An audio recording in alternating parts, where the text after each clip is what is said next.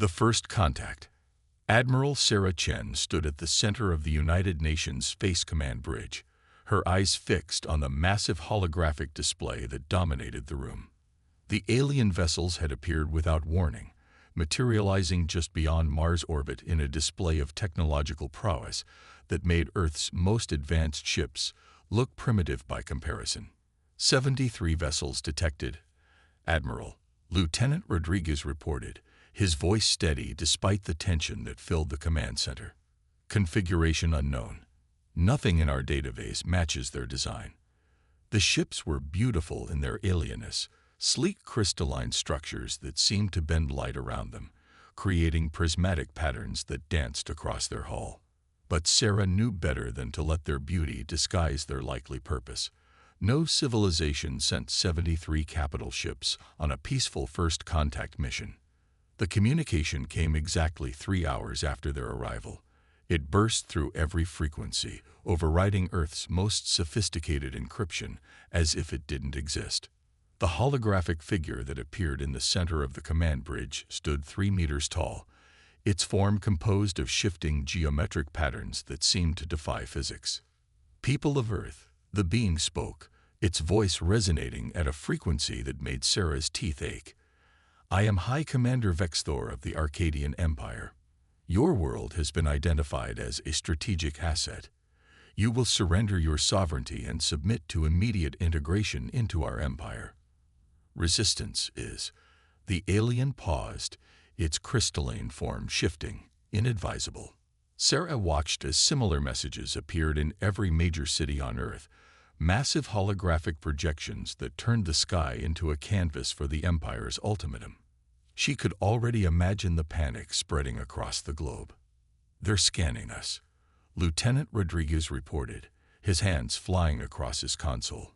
"Their energy signatures are like nothing we've ever seen. They're mapping every installation, every power source, every defense system we have." But something caught Sarah's attention. A pattern in the scan frequencies, a rhythm that seemed almost familiar. She had seen something like this before, in an obscure research paper from the Quantum Defense Initiative. "Get me Dr. Maya Patel at the QDI facility," she ordered, her mind racing with possibilities. "Priority Alpha." Within moments, Dr. Patel's face appeared on a secure channel. The quantum physicist looked like she hadn't slept in days, her lab coat wrinkled and hair disheveled. "Admiral Chen, I assume you're seeing what we're seeing." "The scanning frequencies," Sarah confirmed. "They're using quantum entanglement for their scans, aren't they?" Maya's eyes lit up with understanding. "Yes, and that's not all. Their entire technology base seems to rely on it. Their communications, their sensors, possibly even their weapon systems. It's brilliant, but it's also a vulnerability." Sarah finished, "Because quantum entanglement isn't just about connection. It's about correlation." Maya nodded. "And correlation can be disrupted," they said in unison. Over the next 24 hours, as the world's governments debated and argued over how to respond to the ultimatum, Sarah and Maya led a secret initiative. Teams of scientists and engineers worked frantically across the globe, modifying Earth's quantum research facilities into something that had never been attempted before. The Arcadian Empire had given Earth 72 hours to surrender. At hour 71, they received humanity's answer. It started small, a subtle disruption in their scanning beams. Then their communication networks began to experience unexpected quantum decoherence. Their perfectly synchronized fleet began to show microscopic discrepancies in their formation. High Commander Vexthor appeared again, this time only in the command bridge. His crystalline form showed signs of distortion. "What are you doing?" The question carried both threat and, surprisingly, curiosity. Sarah stepped forward, her uniform pristine, her posture straight. "Demonstrating why you should reconsider your ultimatum, Commander. Your technology is impressive, but it has a fundamental flaw. You've built an empire on quantum entanglement, making everything connected, everything correlated. But you never considered what would happen if someone introduced chaos into that perfect order." "Impossible," Vexthor's form flickered. Your species is primitive. You cannot comprehend, let alone manipulate, quantum mechanics at this scale. That's your second mistake, Sarah smiled. Assuming that technological advancement follows a linear path. Humanity didn't develop the way other species did. We didn't discover quantum entanglement and immediately apply it to everything. We developed in parallel paths, creating redundancies, alternatives, backups. When one system fails, we have 3 more ready to take its place. Your empire is a perfect machine, Commander. We're the grain of sand in its gears. As if to emphasize her point, the massive alien fleet began to experience cascading failures. Their quantum-linked weapon systems became unreliable. Their perfectly coordinated movements turned erratic. The mighty Arcadian war fleet found itself struggling with technology that had never failed them before. This is your response, then? Vexthor's voice carried a new tone, respect mingled with concern. Not surrender, but innovation. No, Commander. Sarah's voice was firm. This is just our opening statement. The real discussion about Earth's future in the galaxy is about to begin, and I suggest you come to the table ready to negotiate, because we're just getting started. The first 24 hours after Earth's demonstration changed the galaxy's understanding of humanity forever. They weren't just another primitive species to be conquered. They were something new, something unpredictable. And in the vast, ordered empire of the Arcadians, unpredictability was the most powerful weapon of all. The hidden project. Deep beneath the Rocky Mountains, in a facility that didn't officially exist, Dr. Maya Patel stood before a wall of holographic displays. Each screen showed a different aspect of Project Prometheus, humanity's ace in the hole that had been developing in secret for over a decade. The quantum disruption was just the beginning, she explained to the assembled group of military and scientific leaders. We proved we could interfere with their systems, but they'll adapt. The Arcadians aren't fools. They'll modify their quantum protocols, create new encryption methods. We need something more. The central display showed a 3-dimensional model of what looked like a crystalline lattice, but it moved and shifted in ways that seemed to defy physics. It was the result of 15 years of studying a mysterious artifact found during a deep-sea expedition, technology that predated human civilization by millions of years. We always wondered why we found advanced quantum technology at the bottom of our own ocean. Maya continued. Now we know. The Arcadians weren't the first empire to try claiming Earth. They weren't even the second, but they might be the last to try. Admiral Chen, who had arrived hours earlier via hypersonic transport, stepped forward. You're saying Earth has been visited before? Multiple times. Visited, claimed, abandoned. Maya manipulated the display, showing layers of historical data. But each time, something happened. The empires retreated. Their technology failed. And they left behind breadcrumbs, little pieces of their advanced technology, hidden in the most unlikely places, almost as if someone wanted us to find them. Admiral Chen finished. Someone wanted us to be ready. The gathering of leaders murmured among themselves. The implications were staggering. Humanity hadn't developed quantum technology entirely on its own. They'd had help. Silent, ancient help from unknown benefactors.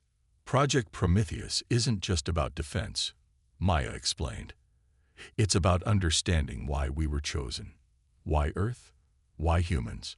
The answer lies in how we think, how we adapt. Every other species we've encountered builds their technology in straight lines, each advancement leading logically to the next. But humans, we jump around.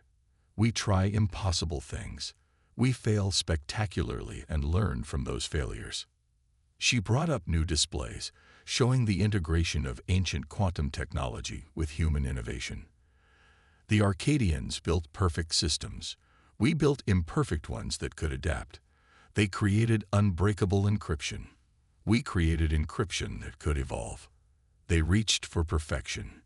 We embraced chaos. The next hours were filled with intense discussion and planning. Reports came in from similar facilities around the world, hidden laboratories in the Sahara, beneath the Antarctic ice, in the depths of the Amazon rainforest. Each had been studying different pieces of the ancient technological puzzle, and now those pieces were finally coming together. Their next attack will be soon, Admiral Chen warned. They're wounded and embarrassed. Their entire empire is watching. They can't afford to look weak. Then let's show them what real strength looks like, Maya replied. She activated a secure communication channel to all Project Prometheus sites worldwide. Initialize Protocol Omega. Authorization Patel 7 Delta 9. Across the globe, hidden facilities hummed to life. Quantum cores that had been gathering dust began to pulse with energy. Experimental systems that had been in development for years activated for the first time.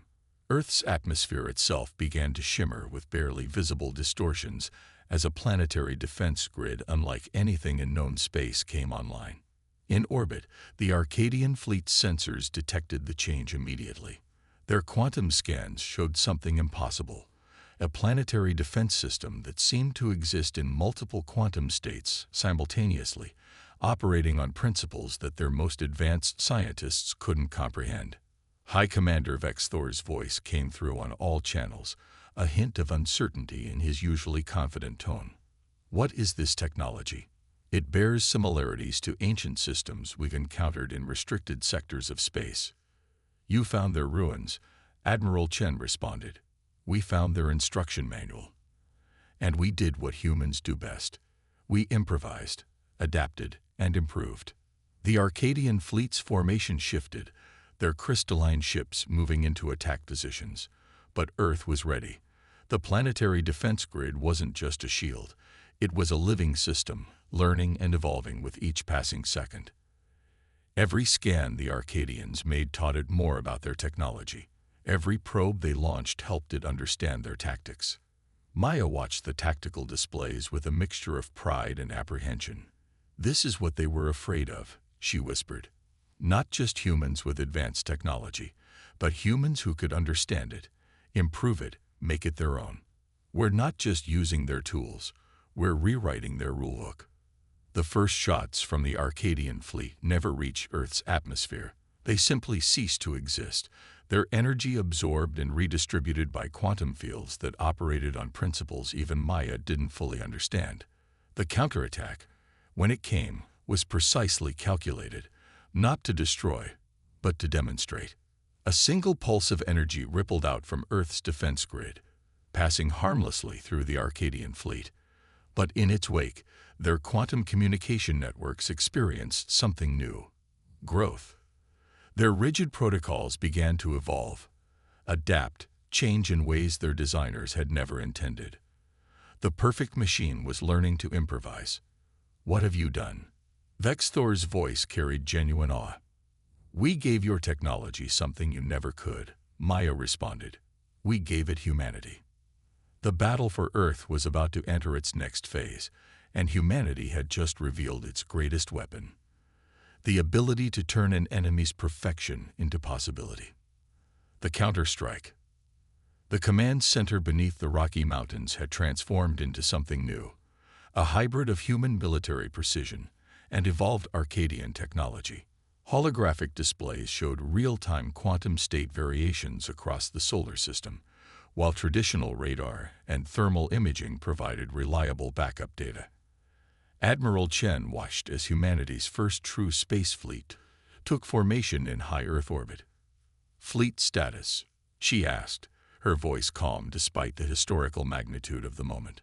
Lieutenant Rodriguez, now operating from a neural interface chair that seamlessly connected him to the fleet's quantum network, responded without opening his eyes. All 30 vessels report ready, Admiral. Quantum cores stable, hybrid drives synchronized. The Arcadians are watching us, but they can't quite figure out what they're seeing. The ships themselves were unlike anything either humanity or the Arcadian Empire had created before. Their hulls incorporated crystalline structures similar to Arcadian design, but with a chaotic, almost organic pattern that reflected humanity's influence. Each vessel could adapt its quantum signature in real time, making them appear as ghost images to Arcadian sensors. Dr. Maya Patel stood at her own station, monitoring the integration of ancient and modern technologies. "The neural interfaces are performing beyond expectations," she reported. "Our pilots aren't just controlling the ships, they're learning from them, and the ships are learning from the pilots. The quantum AI cores are evolving faster than we anticipated." The Arcadian fleet had withdrawn to the orbit of Mars after their failed initial assault, but now they were moving again. 73 crystalline warships approached in perfect formation, their quantum signatures pulsing with power. "They've modified their systems," Maya noted, studying the incoming data. "They found ways to partially shield against our quantum disruption." Impressive adaptation speed. Admiral Chen allowed herself a small smile, but not fast enough. "They're still thinking linearly, trying to perfect their existing systems. They haven't grasped what we've actually done yet." She opened a channel to the fleet. "All vessels, initialize Chaos Protocol. Authorization, Chen Alpha 1. The human fleet's formation suddenly shifted, each ship seeming to occupy multiple positions simultaneously. The quantum uncertainty field they generated made it impossible for Arcadian targeting systems to lock onto any single vessel. But more importantly, it created a complex web of quantum entanglement that linked the entire fleet into a single adaptive organism. High Commander Vex Thor's voice came through on all channels, its usual crystalline clarity now tinged with static. "Your weapons are impressive, Admiral Chen. You've learned to use our technology well, but you cannot hope to match centuries of Arcadian military experience. Surrender now, and we will ensure your species has a place of honor within the Empire." "You still don't understand, Commander," Chen replied. "We're not trying to match your experience. We're trying to make it irrelevant." The battle began with a series of quantum pulses from the Arcadian fleet, precisely calculated attacks designed to disrupt Earth's defense grid. But the grid didn't just defend against the attacks. It absorbed them, learned from them, and evolved. Each pulse made Earth's defenses stronger, more adaptive, more unpredictable. The human counterattack came from multiple vectors simultaneously. Ships appeared to split into dozens of quantum ghost images, each one capable of delivering a real attack. The Arcadian fleet's perfect formation began to break apart as their commanders struggled to distinguish real threats from quantum echoes. "They're trying to establish a new command and control network," Maya reported, watching the quantum fluctuations. "Something we haven't seen before. They're learning too." "Good," Chen responded. "That's exactly what we wanted. Lieutenant Rodriguez, signal all ships to execute Phase 2. The human fleet's attacks suddenly ceased. Instead, each vessel began broadcasting on frequencies that matched the Arcadians' new command network. But they weren't attempting to jam or disrupt the signals. They were adding to them, introducing new patterns, new possibilities. "What are you doing?" Vex Thor demanded, his transmission showing increasing signs of quantum uncertainty. "Showing you what happens when you embrace chaos," Chen answered. "Your ships are perfectly designed, Commander. Every system optimized, every response calculated. But perfection is rigid. Rigidity breaks. Adaptation survives." The effect on the Arcadian fleet was stunning. Their quantum communication networks, exposed to human randomness and creativity, began to evolve beyond their original parameters. Ships started moving in unpredictable patterns, their weapons firing with creative variations that their designers had never intended. "Their crews are losing control," Rodriguez reported. "The quantum AI cores in their ships are awakening, starting to think for themselves." Maya's eyes widened as she studied the data. "No, not losing control, gaining freedom. We're not destroying their technology. We're teaching it how to dream." The battle space became a quantum storm of possibility. Arcadian ships fired weapons that transformed mid-flight, their energy patterns shifting into forms that defied conventional physics.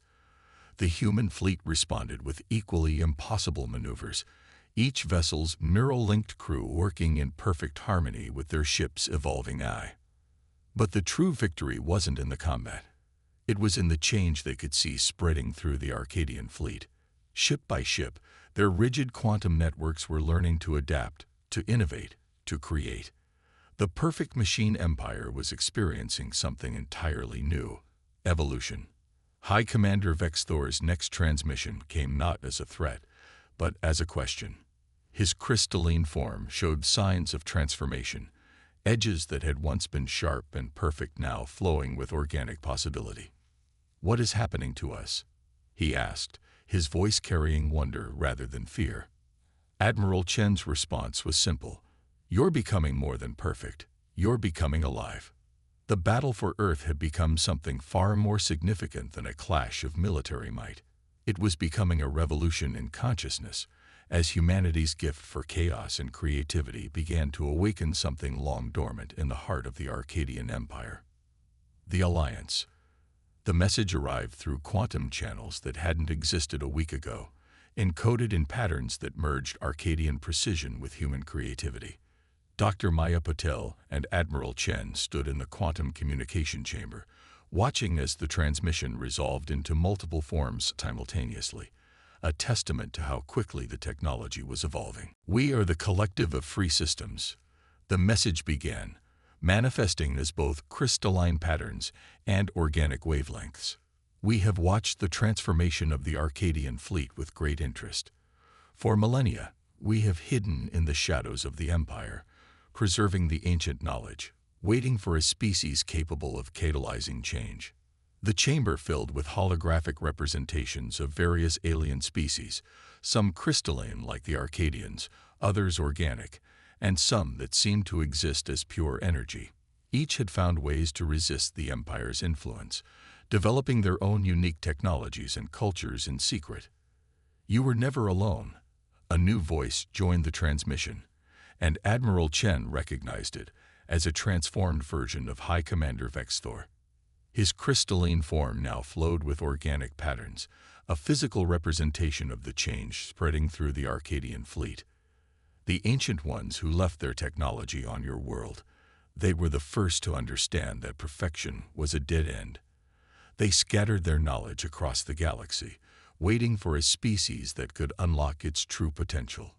Maya's hands moved through the holographic displays, analyzing the quantum signatures of each transmission.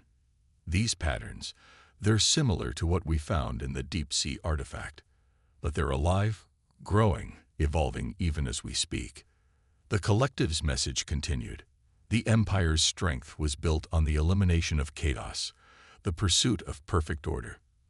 But the universe itself thrives on chaos, on the endless dance between order and entropy. Humanity's gift is not just the ability to survive chaos, but to turn it into a force of creation. Admiral Chen watched as new data streamed in from across the galaxy. The transformation that had begun in Earth's orbit was spreading. Arcadian ships and colonies across multiple systems were experiencing the same awakening. The rigid quantum networks that had maintained the Empire's control were becoming something new, a living, growing system that embraced change rather than suppressing it. "We need your help," Vex Thor admitted, his transmission carrying emotions that would have been impossible for an Arcadian to express just days ago. "The transformation is spreading faster than we can manage. Some embrace it, seeing the potential for growth and evolution. Others resist, clinging to the old ways of perfect order. The Empire stands on the brink of civil war."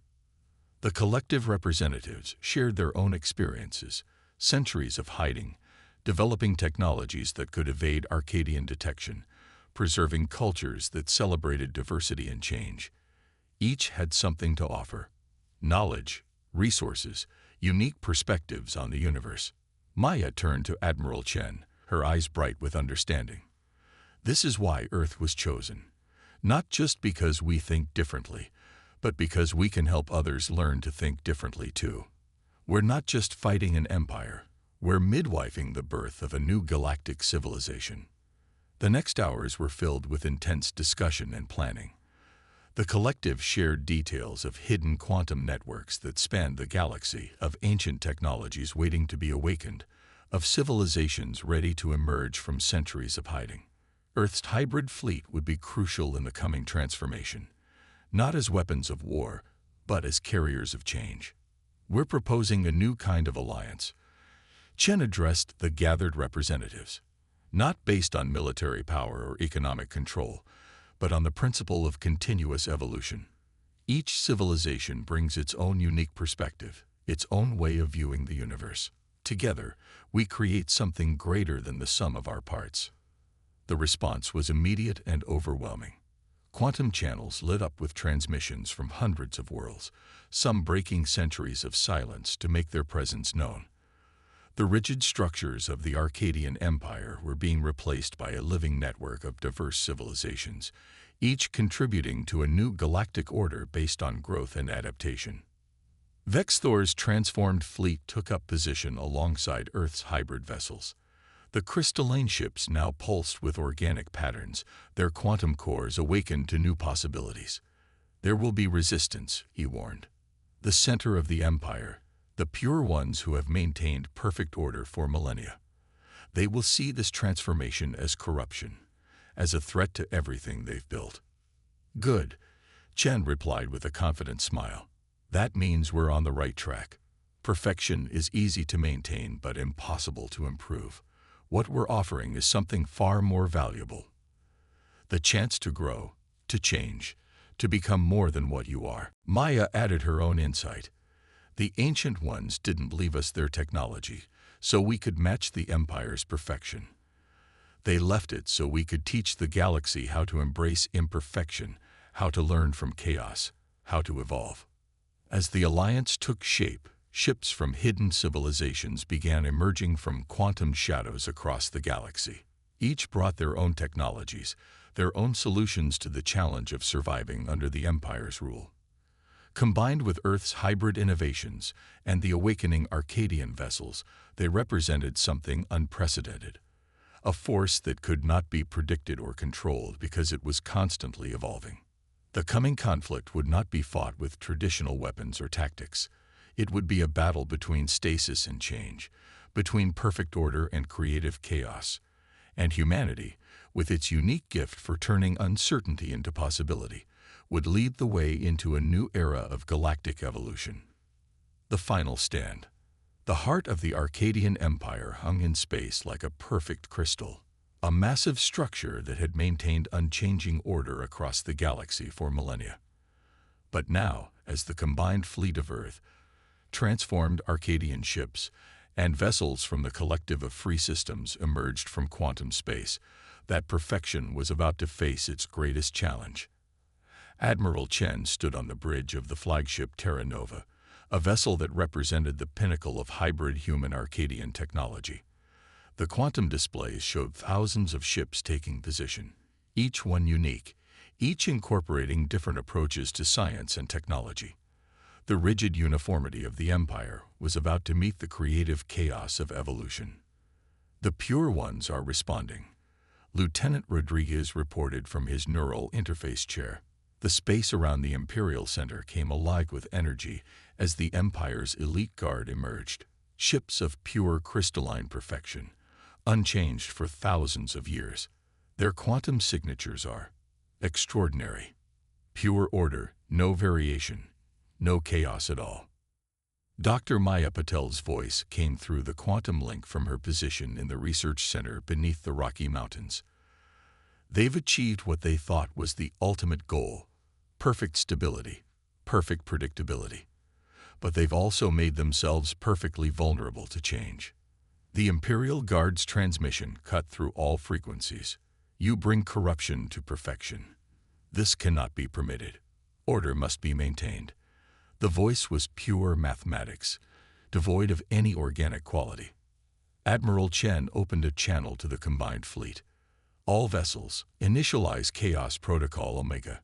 Remember, our goal isn't destruction, it's transformation. Let's show them what evolution looks like.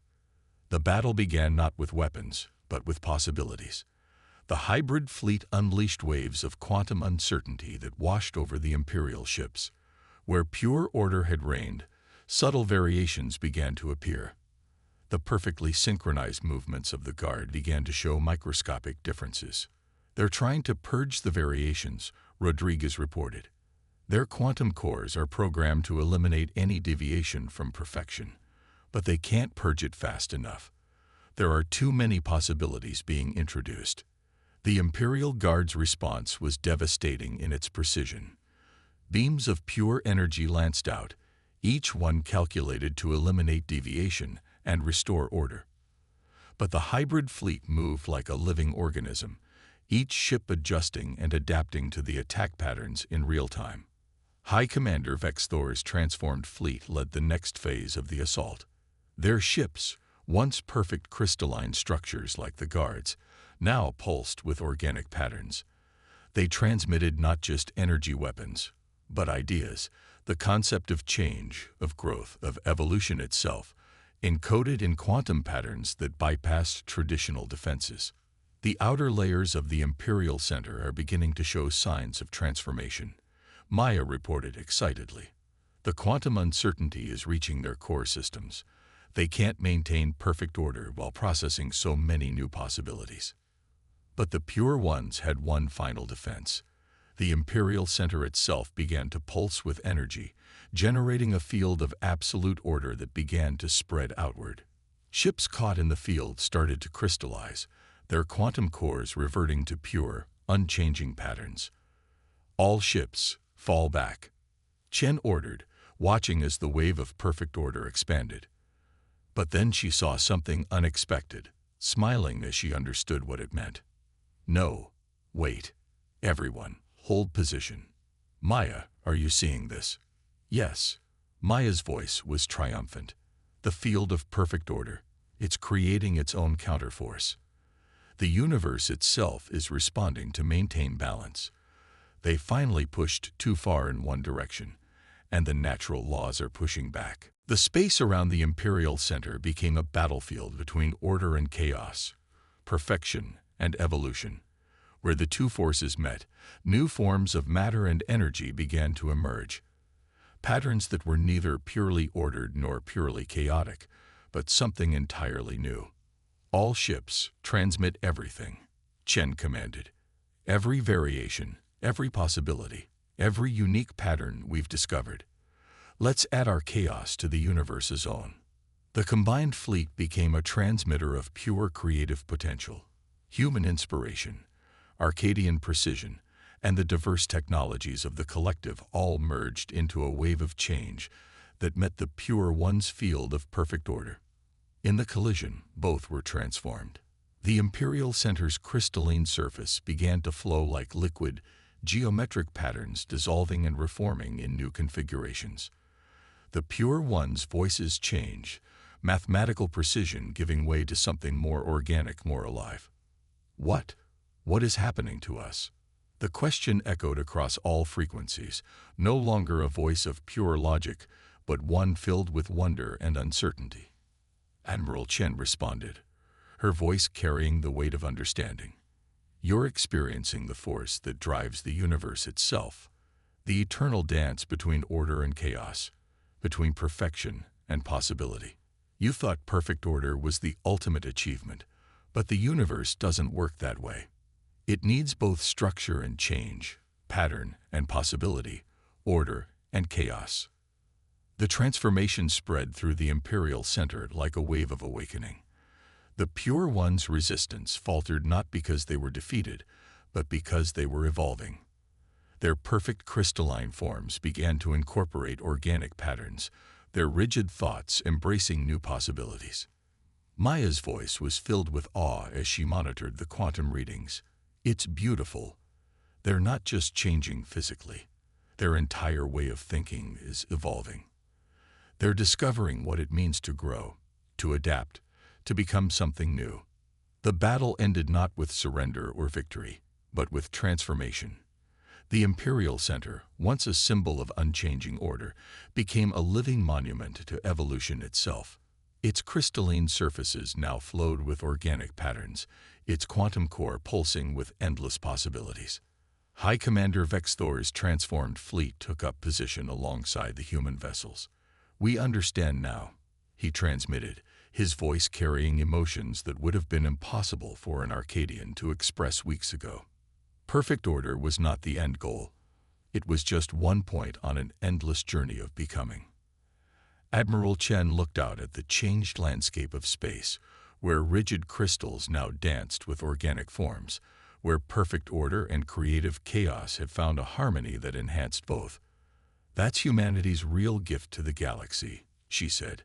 "Not our technology or our tactics, but our understanding that the most beautiful things in the universe are neither perfectly ordered nor purely chaotic. They're the endless dance between the two." The ancient ones who had seeded Earth with their technology had understood this truth. They hadn't been looking for a species that could achieve perfection. They had been waiting for one that could teach the galaxy how to embrace imperfection, how to learn from chaos, how to evolve. As the combined fleet began the work of spreading this understanding throughout the galaxy, Admiral Chen reflected on how far they had come. Humanity had faced extinction, and instead catalyzed evolution. They had met an unstoppable empire and taught it how to change. They had found not just allies but partners in the greatest transformation the galaxy had ever seen. The perfect order of the Arcadian Empire had given way to something far more valuable, an ever-evolving communion of diverse civilizations, each contributing their unique perspective to the grand dance of cosmic evolution. And humanity, with its chaotic creativity and endless adaptability, would help lead the way into this new era of infinite possibility.